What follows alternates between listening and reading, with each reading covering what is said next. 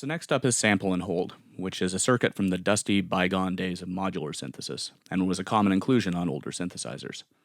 It's still very applicable in modern sound design, however, and it can teach us a lot about synthesis as well as provide us with some cool tones.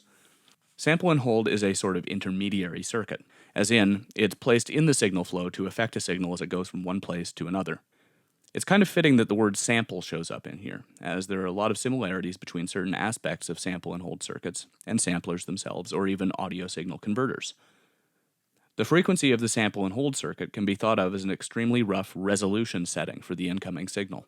The higher the resolution, the more the output resembles the incoming signal, regardless of whether or not the sample and hold circuit is an audio effect or a modulation source.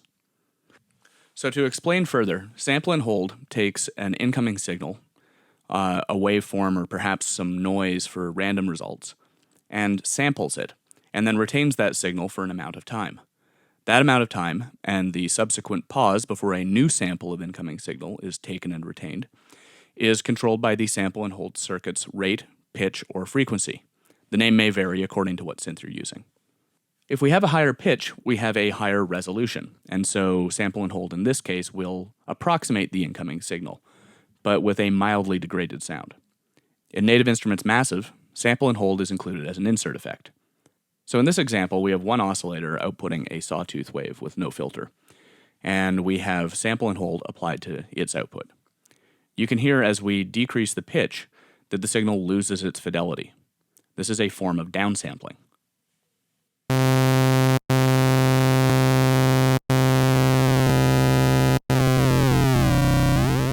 An extremely low pitch or frequency means that the sample and hold circuit is going to hold its sampled values for longer.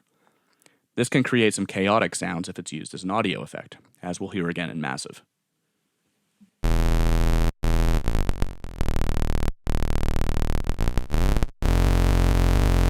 That said, the sample and hold circuit in Massive is really just an audio effect that's designed to degrade a passing signal, much like a bit crusher, and not a full-fledged module.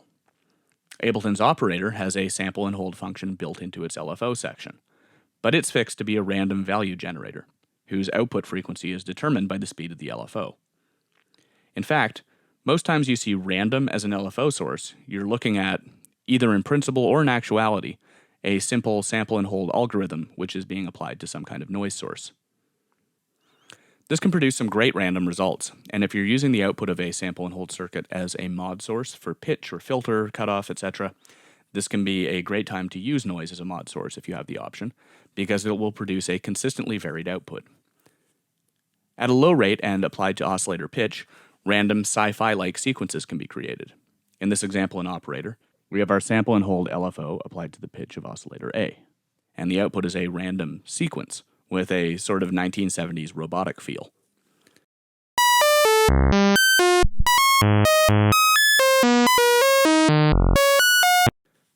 Notice the drastic difference as the rate is increased.